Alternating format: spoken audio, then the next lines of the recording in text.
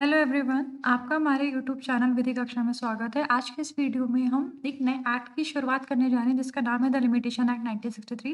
इस एक्ट का नंबर है एक्ट नंबर 36 ऑफ 1963। मतलब 1963 जो ईयर था उसमें ये एक्ट 36 नंबर पे पास हुआ। इस एक्ट में सबसे पहले जो है हम थोड़ी सी इसका हिस्टोरिकल ओवरव्यू जान लेते हैं ये लिमिटेशन एक्ट की। इससे हमें पता पड़ेगा कि लिमिटेशन एक्ट का इवोल्यूशन इंडिया में किस प्रकार से हुआ। स्टार्टिंग करते हैं हम सबसे पहले अपने ancient and medieval Indian agriculture economy के टाइम से, जहाँ पे जो था कि कोई प्रिंसिपल गवर्न नहीं होता था एंशिएंट टाइम पे। कोई ऐसा एक्ट नहीं था, कोई ऐसा प्रिंसिपल नहीं था जो लिमिटेशन लॉ से रिलेटेड कुछ है। वहाँ पे सिर्फ़ ओनली जो था at the same time law of prescription allow होता था। अब लॉ ऑफ प्रिस्क्रिप्शन क्या है? तो आइए हम बात करते हैं। लॉ करता है एक ऐसे लीगल कॉन्सेप्ट की जिसमें कोई सर्टेन राइट्स या क्लेम्स जो हैं वो लॉस्ट हो जाते हैं, वो ख़त्म हो जाते हैं यदि ऐसे राइट्स या क्लेम्स को जो है एक स्पेसिफाइड पीरियड के अंदर जो है या तो एक्सरसाइज नहीं किया जाए या उनका इन्फोर्समेंट नहीं करवाया जाए। It varies across jurisdictional and can only apply to property, debts और legal actions aiming to promote stability and fairness in legal relation. जो लॉ ऑफ प्रिस्क्रिप्शन है वो सिर्फ सर्टेन कैटेगरीज में अप्लाई होते हैं, जैसे प्रॉपर्टी हैं, ये लॉ रिलेटेड टू डेट्स हैं या लीगल एक्शंस होने थे। तो ऐसे केसेस पे जो था लॉ ऑफ प्रिस्क्रिप्शन था, लॉ ऑफ लिमिटेशन नहीं था। इसके बाद जो हमारी एक्ट जो आया वो था कालकट्टा प्रेसिडेंसीज़ थी, इनका एस्टैब्लिशमेंट हुआ। इनकी प्रेसिडेंसीज़ के एस्टैब्लिशमेंट से क्या हुआ कि एक एक्ट लाया गया जो ब्रिटिश लॉ का था, उसके अकॉर्डिंग मुफस्सिल जो कोर्ट्स थी, उनका एस्टैब्लिशमेंट किया गया। और इसी के बाद से हम यदि आगे बढ़ते हैं, तो मुफस्सिल कोर्ट्स आने के बाद जो था ब्रिटिश लॉ ऑफ लिमिटेशन था, उसका इंट्रोडक्शन किया गया इंडियन टेरिटरीज़ के अंदर। इसके बाद 1859 में जो था फर्स्ट टाइम जो है एक अटेम्प्ट किया गया था, एक यूनिफ़ॉर्मिटी एक्ट लाने की कोशिश की थी जिसका एक्ट नंबर था एक्ट 14 ऑफ 1859 का। ये इनैक्ट हुआ और ये जो एक्ट था वो जितनी भी इंडियन कोर्ट्स थी उस पे एप्लीकेबल था। कोई स्पेसिफिक नहीं था हर इंडियन कोर्ट्स के लिए। एक यूनिफ़ॉर्मिटी एक्ट एक्ट ऑफ 14 ऑफ 1859 जो था लिमिटेशन एक्ट, वो अप्लाई किया गया। इसके बाद जो ये एक्ट था इसको रिपील किया गया कौन-कौन ईयर्स में? 1871 में, 1877 एंड 1980 में जो था ऐसे एक्ट्स को जो है रिपील हुए, जो जितने भी जो लिमिटेशंस एक्ट लाते गए उनका रिपीलमेंट हुआ। इसके बाद फाइनली जो था एक एक्ट आया लिमिटेशन एक्ट जो था लिमिटेशन एक्ट ऑफ 1908 का, इसका एनैक्टमेंट किया गया। और ये जो एक्ट था इसको फिर फाइनली रिपील किया गया बाय थर्ड लॉ कमीशन। ये एक्ट को जो है थर्ड लॉ इंडियन कमीशन जब आफ्टर इंडिपेंडेंस बैठी उसके बाद इस एक्ट को जो है रिपील किया गया। और एक नए फाइनली जो हम एट प्रेजेंट लिमिटेशन एक्ट पढ़ते हैं 1963 का, उसका एनेक्टमेंट हुआ। ये था हमारा history evolution of limitation act 1963, कैसे ये एक्ट जो था हमारा एग्जिस्टेंस पे आया और फाइनली ये इंडियन कोर्ट्स पे हर जगह जो है अप्लाई होता है। इसके बाद हम जो आगे पढ़ेंगे वो हम पहले स्टार्टिंगली बेसिक फीचर्स की बात करते हैं, कुछ इस एक्ट के बारे में जान लेते हैं जो हम कॉमनली थ्रू पढ़ेंगे। तो इसमें जो इसका सबसे पहला फीचर है वो ये है कि सबसे पहले लिमिटेशन एक्ट का मतलब क्या होता है? लिमिटेशन का मतलब क्या होता है? The word limitation in its literal term means a restriction और द रूल और सर्कमस्टेंसेस व्हिच आर लिमिटेड। जो लिमिटेशन वर्ड है उसका यदि हम लिटरल टर्म लिया जाए, मतलब एज इट इज़ उसका मीनिंग निकाला जाए, तो उसका मतलब होता है एक ऐसा रिस्ट्रिक्शन, ऐसी रोक या ऐसा कोई रूल, नियम या ऐसी परिस्थितियाँ जो जिनको लिमिटेड कर दिया गया है, जिसे कम कर दिया गया है। The law of limitation has been prescribed as the time limit which is given for different suits and proceedings to the aggrieved person within which they can approach the court for redress or justice. जो law of limitation है, ये एक ऐसे time period, एक ऐसी time limit को prescribe करता है जो कि डिफरेंट सूट्स या प्रोसीडिंग्स में जो है अप्लाई होंगे। और जो एग्रीड पर्सन को ये बोलते हैं कि वो कोर्ट में अपने रेड्रेस या जस्टिस के लिए, न्याय के लिए समय पे पहुंच सके, इतने दिन के अंदर पहुंच सके। ये जो टाइम पीरियड दिया गया है वो लॉ ऑफ लिमिटेशन बात करता है। The basic concept of limitation is relating to fixing or prescribing of the time period for barring legal actions. ये जो लाइन है ये बात करती है कि लिमिटेशन का बेसिक कॉन्सेप्ट क्या मतलब था या किस चीज़ से रिलेटेड है। तो ये बात करता है कि एक टाइम पीरियड प्रिस्क्राइब किया गया है या फिक्स किया गया है कि इस टाइम पीरियड के बाद जो है लीगल एक्शंस किसी भी सूट, किसी भी केस से रिलेटेड जो है एक टाइम पीरियड के बाद नहीं लाए जा सकेंगे कोर्ट। मतलब आप रेमेडी नहीं लिए जा सकेंगे, आपकी जो वो रेमेडी है वो बार कर दी जाएगी सूट लाने। इसका जो सेकंड फीचर है वो बात करता है the law of limitation is an adjective law. Adjective जो हमारा लॉ ऑफ लिमिटेशन है वो एडजेक्टिव लॉ है। एडजेक्टिव लॉ जो है इसको हम बोलते हैं इट इज़ लेक्स फॉरी। ये जो लेक्स फॉरी है ये एक लीगल टर्म है। तो जो लॉ ऑफ लिमिटेशन है वो हमारा एडजेक्टिव लॉ है। इसका मतलब ये है हम ये कह सकते हैं कि the rules of the law of limitation are generally concerned with the rules of procedure and which do not create any rights in favour of any particular person or do they define or create any cause of action. Adjective law का मतलब ऐसा law है, ऐसा जो act है हमारा वो है, वो सिर्फ रूल्स और प्रोसीजर से बात करता है, जहाँ पे राइट्स क्रिएट नहीं हो रहे हैं। ये सिर्फ एक्ट जो है रूल्स की बात कर रहा है, प्रोसीजर की बात कर रहा है कि प्रोसीजर के थ्रू हम अपनी जो है राइट्स को क्लेम कर सकते हैं। हमारे जो एग्रीव पार्टी है, विक्टिम है, प्लेंटिफ है, वो कैसे कोर्ट में किस प्रोसीजर के थ्रू जो है रिकवरी, रेमेडी, रिलीफ जो है क्लेम कर सकते हैं। तो ये राइट क्रिएट नहीं करते हैं किसी ना किसी पर्टिकुलर पर्सन के फ़ेवर में, ना ही कोई कॉज़ ऑफ एक्शन को क्रिएट करते हैं, ना डिफाइन करते हैं। ये जो है लिमिटेशन एक्ट जो है हमारा इसलिए एडजेक्टिव लॉ की कैटेगरी। नेक्स्ट इसकी जो फीचर है वो है the rules of limitation are not meant to destroy the rights of the party. जो लिमिटेशन का जो रूल है जो वो है वो बेसिक सा है कि ये पार्टीज़ के जो राइट हैं उसको डिस्ट्रॉय करने के लिए नहीं बनाया गया। They are meant to see that plaintiff do not take dilatory tactics but seeks remedy within the period stipulated by the legislation। इसका मेन पर्पस क्या है? इसका मेन पर्पस ये कि जो प्लेंटिफ है वो डायलेटरी टैक्टिक्स मतलब तरीकों का यूज़ नहीं करे, जबकि वो एक पर्टिकुलर टाइम पीरियड जो लेजिस्लेचर द्वारा जो बताया गया है, जो एक फिक्स किया गया है, उसके अंदर वो रेमेडी जो है क्लेम कर सके, कोर्ट के पास आ सके, डिले नहीं करे प्रोसेस। इसके बाद the rules of limitation thus will only bar the remedy but does not extinguish the right.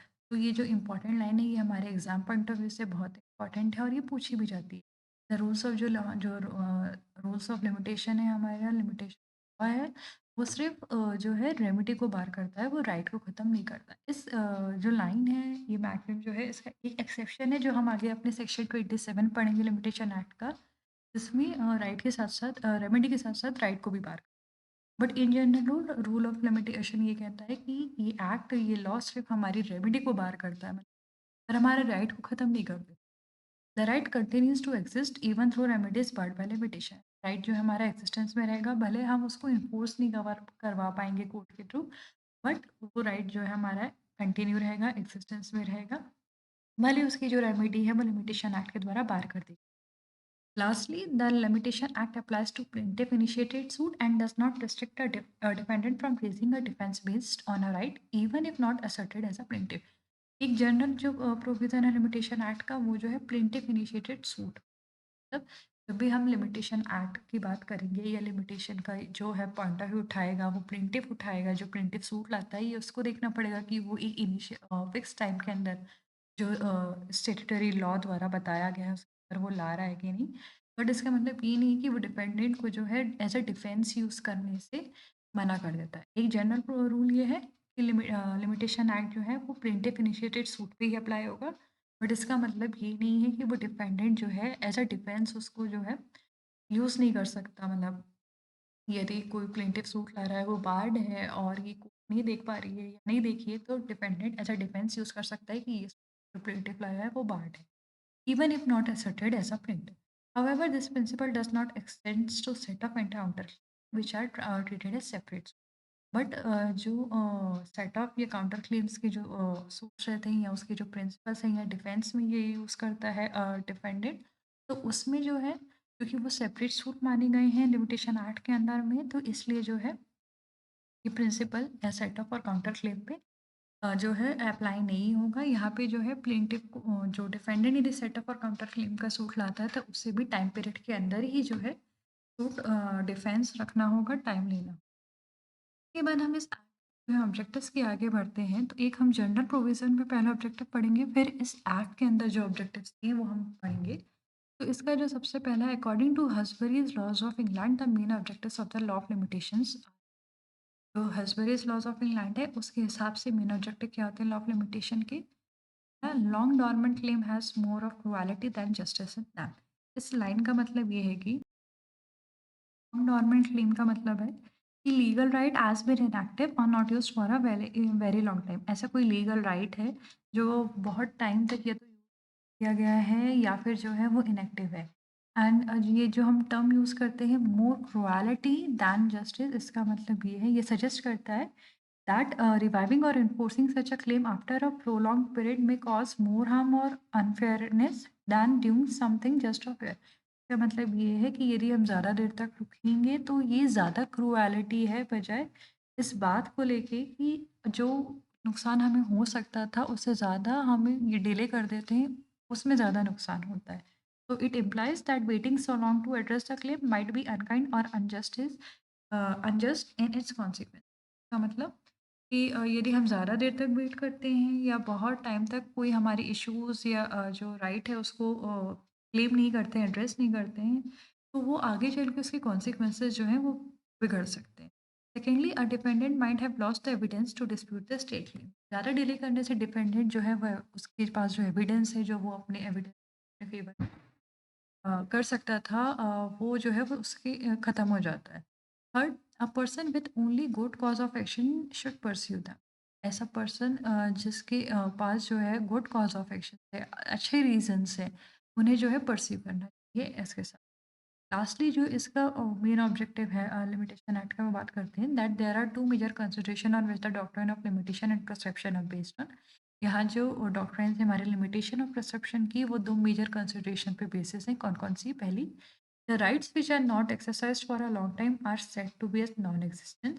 ऐसे राइट्स जो बहुत समय तक एक्सरसाइज नहीं किए गए हैं, एड्रेस नहीं किए गए हैं या यूज़ नहीं किए गए हैं, ऐसे मान लिए जाते हैं कि वो नॉन एक्जिस्टेंस है, मतलब उनकी कोई एक्जिस्टेंस ही नहीं है, ख़त्म हो गए हैं, नहीं है, वो थे ही नहीं। एंड दूसरा जो प्रिंसिपल है वो बात करता है the rights which are related to property and rights which are in general should not be in a state of constant uncertainty, doubt and suspense. इस लाइन का मतलब प्रॉपर्टी से रिलेटेड हैं, एसोसिएटेड हैं, या जो जनरल राइट्स हैं, they should not be always unclear और डाउटफुल। मतलब ये ज़रूरी है कि हमारे पास एक क्लियर रूल्स हो, सर्टेनिटी हो कि ये राइट्स या प्रॉपर्टी जो रिलेटेड है वो कौन ओन कर रहा है, कौन से राइट्स हैं, किस पर्सन्स के पास में राइट्स है, किस ऑर्डर में राइट है, ताकि आगे चल के कोई कन्फ्यूजन नहीं हो, कोई अनसर्टेनिटी नहीं हो। इससे क्या होगा कि एक स्टेबल और प्रिडिक्टेबल लीगल एनवायरनमेंट जो रहेगा वो क्रिएट होगा, कोई कन्फ्यूजन नहीं होगा, कोई डाउट नहीं होगा, सबको राइट, सबकी ड्यूटीज़ पता रहेंगी, तो आगे चल के कोई इश्यू क्रिएट नहीं होगा। इसके बाद हम जो है इस एक्ट के जो है ऑब्जेक्टिव्स को स्टार्ट करते हैं, तो इसमें सबसे पहला ऑब्जेक्टिव जो है, वो है बात करता है प्रिजम्पशन ऑफ नॉन एग्जिस्टेंस। मतलब the doctrine of limitation is based on the presumption that are right not exerted exercised for extended period is considered non existent. ये हमने हस्बरी की भी पढ़ा था, और हम इस एक्ट के अंदर में भी पढ़ रहे हैं कि जो डॉक्ट्रिन है लिमिटेशन की, वो किस प्रिजम्पशन पे बेस्ड है कि ऐसा कोई राइट जो है एक लंबे टाइम पीरियड तक, जो एक एक्सटेंडेड पीरियड तक यदि एक्सरसाइज नहीं किया जाता है, तो ऐसा मान लिया जाता है कि वो राइट जो है एग्जिस्टेंस में नहीं है। इसका मतलब है इम्प्लाइज दैट डिलेड एक्शन में weaken the legitimacy of a claim. मतलब जो डिलेड एक्शन लेती है पार्टीज, प्लेंटिफ यदि डिलेड एक्शन लेता है, अपने राइट को एक्सरसाइज नहीं करता है, तो उसका जो क्लेम है, का जो लीगल जो कर सकता है, वो ऑलरेडी उस डिले करने की वजह से है, वीक होता जाएगा। सेकंड जो इसका ऑब्जेक्टिव है एक्ट का, वो है सर्टेनिटी इन राइट्स। मतलब aim to ensure the that rights in property and in general are not in a state of constant uncertainty. Education जो हमने डॉक्ट्रिन के प्रिंसिपल पे पढ़ा, इस एक्ट का सिंपल सा एम यही था कि जो राइट्स में जो प्रॉपर्टी के जो राइट्स हैं, प्रॉपर्टी में राइट्स हैं, उन्हें इंश्योर किया जाए, या जो जनरल राइट्स हैं उन्हें इंश्योर किया जाए कि वो कोई अनसर्टेनिटी में नहीं रहे। मतलब सबके राइट्स जो हैं किसी भी चीज़ से रिलेटेड हो, चाहे प्रॉपर्टी से, चाहे इन जनरल, क्लियर रहे, कंसाइज़ रहे, ताकि आगे चल के कोई इश्यू क्रिएट नहीं हो।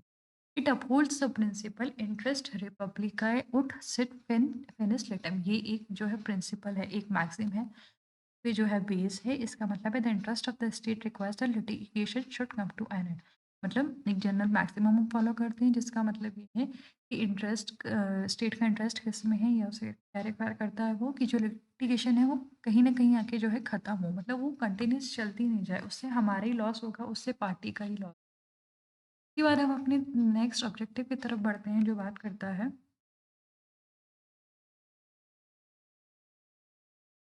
विजिलेंट बस नॉन डोरमेंटा बस जूरस सफरेंट। ये दो हमारी मैगजीम्स इस एक्ट की बहुत इंपॉर्टेंट है। ये प्रीलिम्स में भी पूछे जाती हैं, चाहे वो कोई भी स्टेट का एग्ज़ाम हो, और पूछी भी गई हैं। तो ये प्रिंसिपल का क्या मतलब है? The limitation act incorporates the jurisprudential principle that the law helps only those who are vigilant and not those who neglected their rights.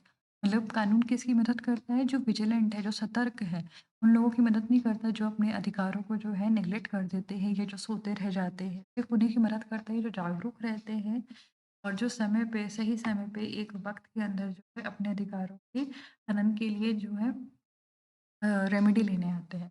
It emphasise the importance of acting promptly to enforce moments. Objective का सीधा-सा मतलब यही है, simple सा जो term है उसका objective का वो यही है कि वो इम्पोर्टेंस पे जो है इसकी इम्पोर्टेंस है कि भई आपके जो खुद के राइट हैं, वो उसे आप जल्दी से जल्दी अ जो भी आपके क्लेम करें। उसके बाद हमारा नेक्स्ट ऑब्जेक्टिव है prevention of perpetual litigation. Unlimited and perpetual litigation disturbs the peace of society. Unlimited चलते जाते हैं, बहुत देर तक चले जाते हैं, जिनका कोई अंत ही नहीं है, वो जो है सोसाइटी के पीस को डिस्टर्ब कर रहा है। The objective of limitation act is to quiet long position and extinguish steel demands bringing an end to act का जो ऑब्जेक्टिव है, वो मेन वही है कि भई आप लॉन्ग पोज़िशन को आप आराम से एन्जॉय करें और जो स्टील डिमांड्स हैं और से जिनका कोई यूज़ नहीं है, ऐसे लिटिगेशन को जो है आप एक सही टाइम पे खत्म कर सकें।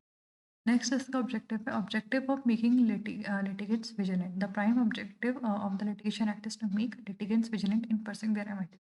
ये वाला ऑब्जेक्टिव और जो ऑब्जेक्टिव नंबर थर्ड था उसका सेम ही पर्पस है कि लिमिटेशन एक्ट का प्राइमरी ऑब्जेक्टिव है कि भाई जो लिटिगेंट्स हैं, जो पार्टीज हैं, जो क्लेम कर रही हैं, जो सूट्स ला रही हैं, एप्लीकेशंस ला रही हैं या कोई भी लीगल प्रोसीडिंग्स जो इनिशिएट कर रही हैं, वो एक सही विजिलेंट रहें, सतर्क रहें। और it prevents harassment to the opposite party by discouraging the presentation of steel claim. जिन स्टील क्लेम्स, ऐसे क्लेम्स जो खत्म हो गए, जिनका कोई वो नहीं रह गया, टाइम बाउंड हो गए, उसको लाके जो अपोजिट पार्टी है उसको हैरेसमेंट से बचाने का भी इस एक्ट का पर्पस है कि आप सही टाइम पे लाएँ, ताकि आपके अलावा अदर पार्टी जो डिपेंडेंट जो है वो उसके बाद हमारा जो नेक्स्ट ऑब्जेक्टिव है वो है डिस्टिंग्विश रेमेडी एंड राइट। ये जो एक्ट है, ये ना तो कोई राइट क्रिएट करता है, ना डिफाइन करता है, ना कोई कॉज ऑफ एक्शन डिफाइन करता है। हमने इसके स्पेशल फीचर में पढ़ा था कि ये जो एक्ट है वो एक करता है, ये प्रोसीजर बताता है। ये जो एक्ट है राइट की कॉज ऑफ एक्शन को डिफाइन करने की बजाय it prescribes the period with in which the existing rights can be imposed. जो ऑलरेडी राइट्स हमारे एक्जिस्टिंग में हैं, वो कब इन्फोर्स करवाए जा सकते हैं, कितने टाइम पीरियड के अंदर करवाए जा सकते हैं। ये टाइम पीरियड इस एक्ट का मेन बताने इट ये जो एक्ट है, it primarily bars a remedy for a litigant but does not bar a right. The law of prescription extinguishes both the remedy and the right. मतलब ये act जो है, ये सिर्फ रेमेडी को बार करता है, ना कि ये पर्टिकुलर लिटिगेंट की जो है राइट को बार कर रहा है। अनटिल अनलेस इस एक्ट में जो है लॉ ऑफ प्रिस्क्रिप्शन है, जो ना इस एक्ट में एक्सप्रेसली रेमेडी और राइट दोनों को एक्सटिंग्विश नहीं कर रहे हैं, मतलब खत्म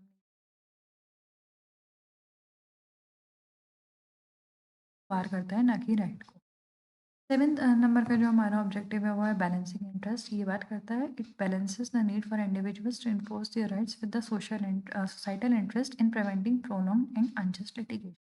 इस एक्ट का जो main one of the main objective है वो ये है कि इंडिविजुअल्स की जो नीड है उनको बैलेंस करना, कि वो अपने जो राइट्स हैं उन्हें इन्फोर्स करवा सके। और इनका किससे बैलेंस करना है? सोसाइटल इंटरेस्ट से भी करना है कि जो अनजस्ट लिटिगेशन है, ये जो प्रोलॉन्ग लिटिगेशन है, उनको प्रिवेंट करने से बैलेंस बनाने का भी जो है इस एक्ट की एक one of the objective. Individuals अपनी ज़रूरत है कि वो अपने नीड को जो बैलेंस करें, उनके राइट्स को भी ध्यान में रखा जाए, प्लस सोसाइटी की जो नीड है, जो लिटिगेशंस अनजस्ट जो है बहुत टाइम पीरियड तक चल रहे हैं, जिनका कोई यूज़ नहीं रहेंगे, जो बार हो गए हैं, उनके इंटरेस्ट को भी बैलेंस बनाने का इस एक्ट की एक ऑब्जेक्टिव है। It aims to achieve a fair and just resolution by imposing time limits on legal action.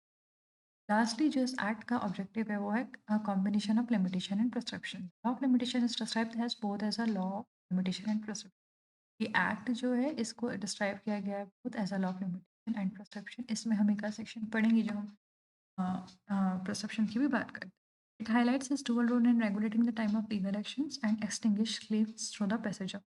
मतलब ये जो एक्ट है ये में हम दोनों तरह की बातें पढ़ेंगे। ये बात भी करता है कि लीगल एक्शन लाने के लिए टाइमिंग को रेगुलेट कैसे किया, टाइम फ्रेम के अंदर लाना, अपना या कोई भी क्लेम। साथ में जो है यदि कोई क्लेम एक्सटिंग्विश हो रहा है एक टाइम थ्रू के बाद तो उसके बारे में भी जो है हम इस एक्ट में पढ़ेंगे। ये थे हमारे इस एक्ट के ऑब्जेक्टिव। अब हम जब आगे बढ़ेंगे तो हम इस मतलब ये पार्ट की क्या स्ट्रक्चर है। तो जो लिमिटेशन एक्ट है उसमें जो है बेसिकली वो 5 पार्ट्स में जो है डिवाइडेड है। प्रिलिमिनरी है ये सेक्शन 1 टू 2 डील करता है जिसमें हम इसके प्रिलिमिनरी पार्ट में पढ़ेंगे कि इसका एनफोर्समेंट डेट क्या है, ये एक्ट की एप्लीकेबिलिटी, इस डेफिनिशन क्लॉज सेक्शन वो कौन-कौन सी डेफिनिशंस डिफाइन की गई हैं। सेकंड जो इस चैप्टर इस एक्ट का जो पार्ट है वो बात करता है limitation of suits, appeals and application. ये जनरल प्रोविज़न है जो बात करता है कि इस एक्ट के अंदर में जो सूट, अपील और एप्लीकेशन से उनके लिमिटेशन से रिलेटेड क्या-क्या जो है प्रोविज़न्स हम पढ़ेंगे। ये जो पार्ट है ये हम पढ़ेंगे सेक्शन हमारे 3 से लेके 11 डील करेगा। थर्ड पार्ट जो है हमारा वो सेक्शन जो है डील करता है डील करता है जो बात करता है computation of period of limitation. Period of limitation को कंप्यूट कैसे, ये हम इस पार्ट में पढ़ेंगे। नेक्स्ट हमारा पार्ट 4 बात करता है ओनरशिप बाय पोजीशन। जो पोजीशन के थ्रू जो है यदि किसी पर्सन के पास पोजीशन है किसी प्रॉपर्टी का, प्रॉपर्टी,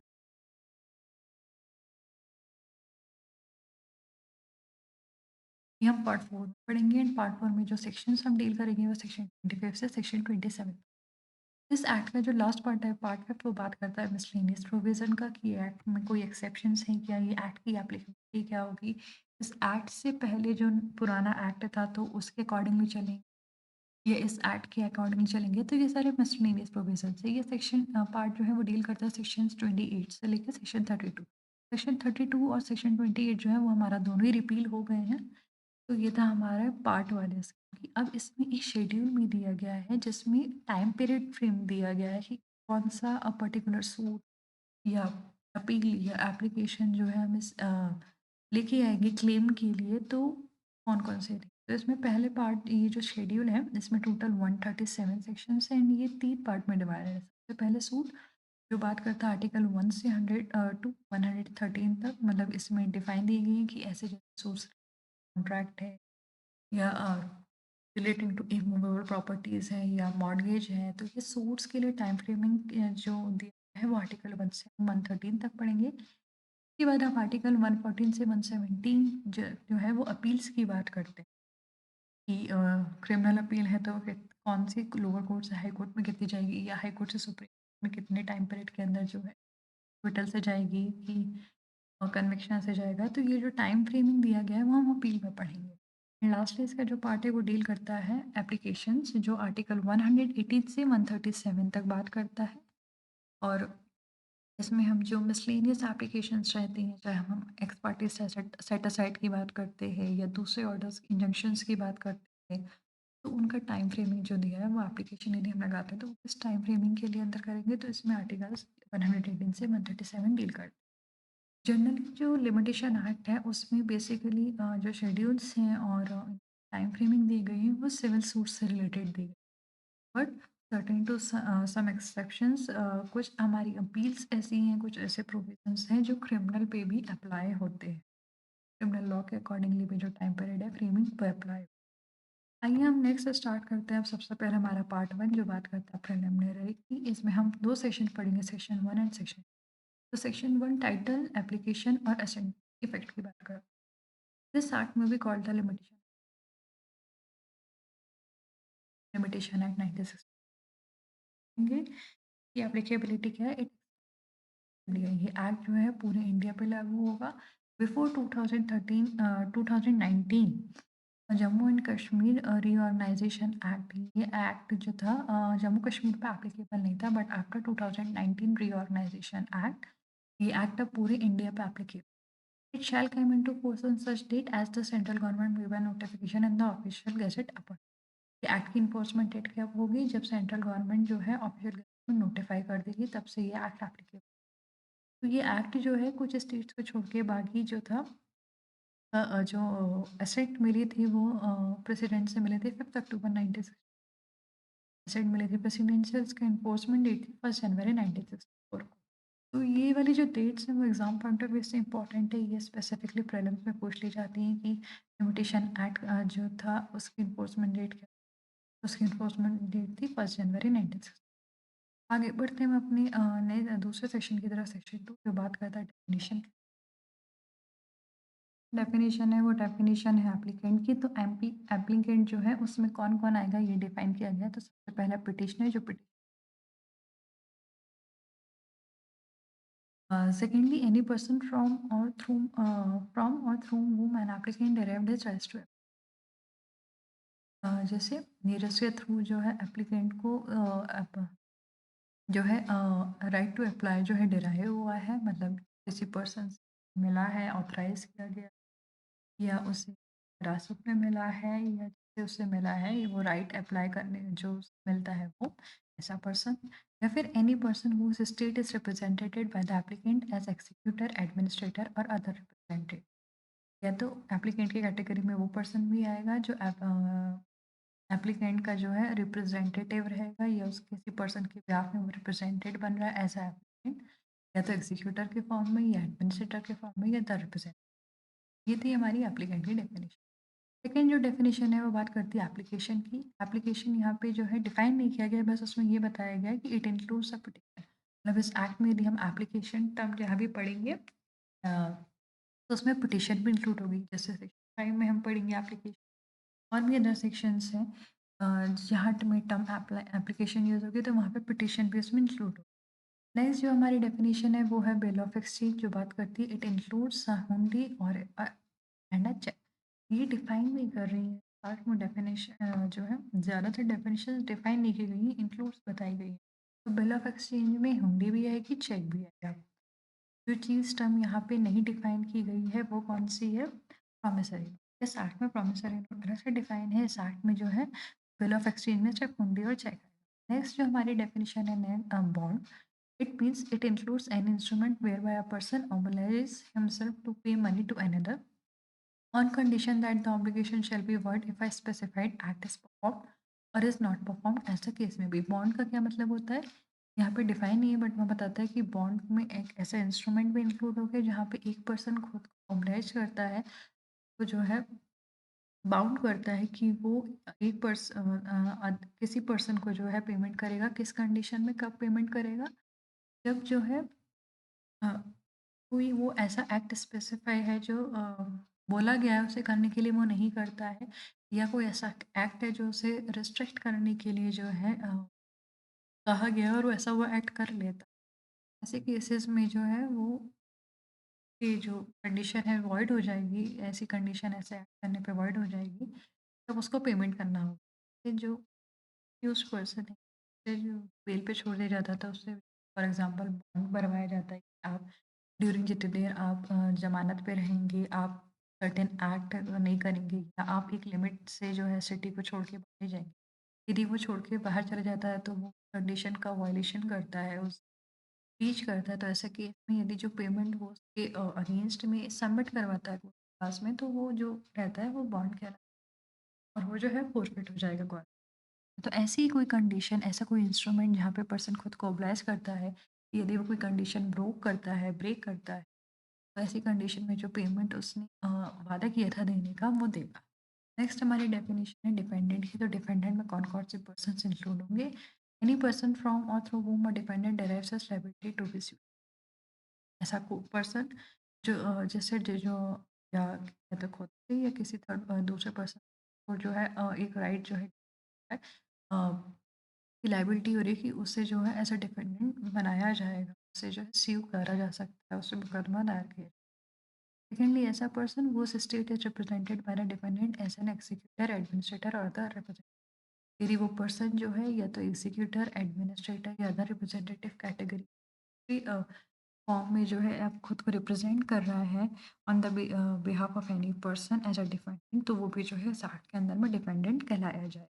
नेक्स्ट हमारी डेफिनेशन है ईज़मेंट, ये एग्जाम पॉइंट ऑफ व्यू से ज़रूरी है क्योंकि ये एग्जाम्स में पूछी भी जाती है। It includes a right not arising from contract. Easement एक ऐसा राइट है, ईज़मेंट राइट तो है या जो कॉन्ट्रैक्ट से अराइज नहीं होता है।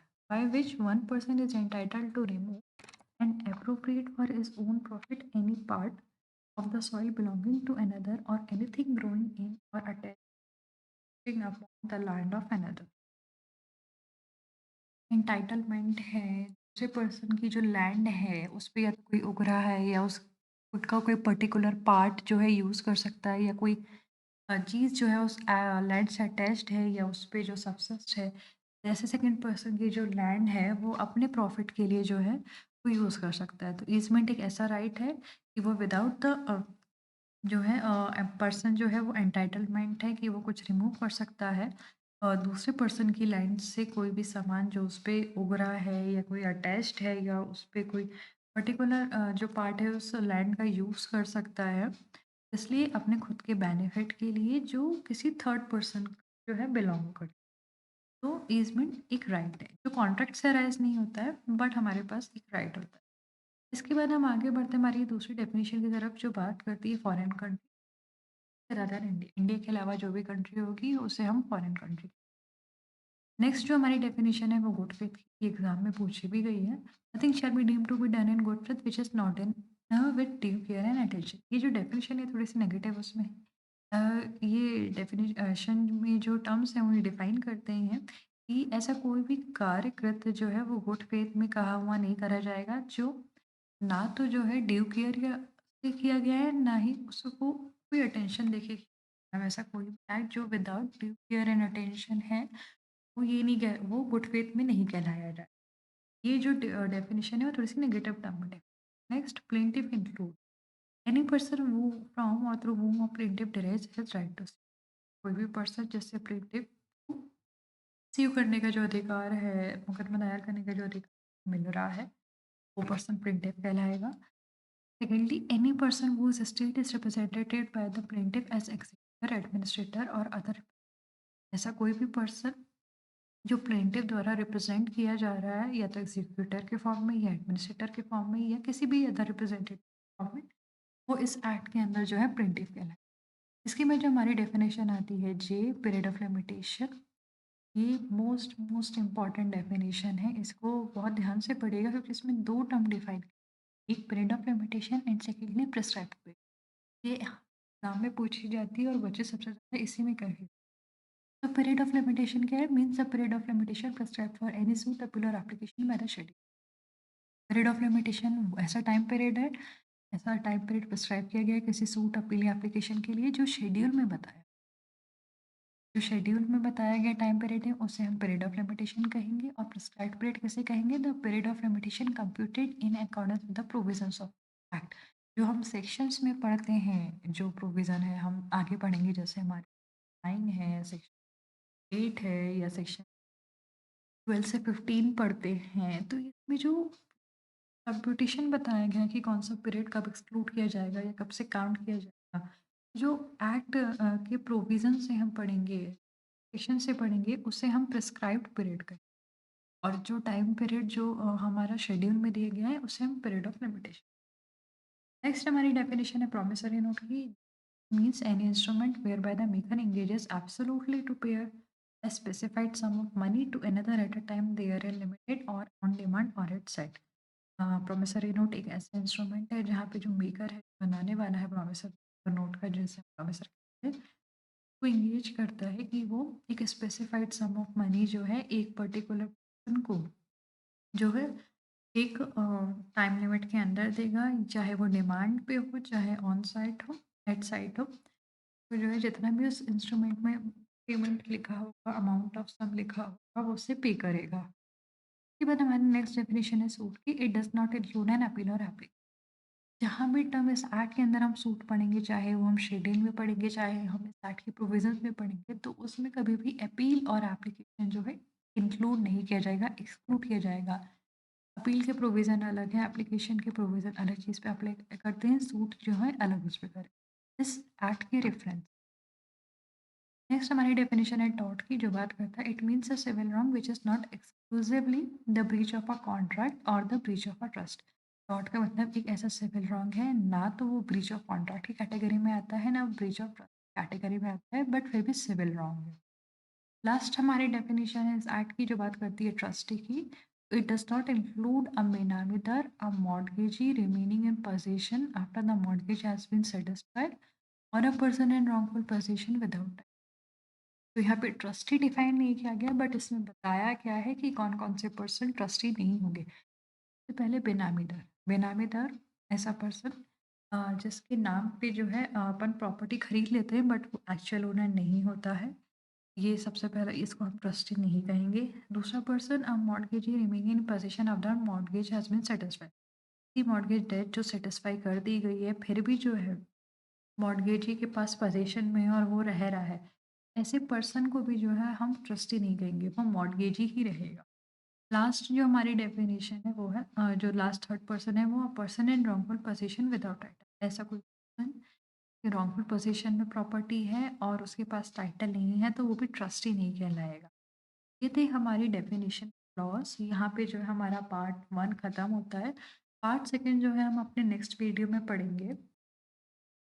And if you found this video informative and enlightening, don't forget to hit that like button. Please share this video, and of course, for more engaging legal content, make sure to subscribe to Vidhi Kaksha. Thank you.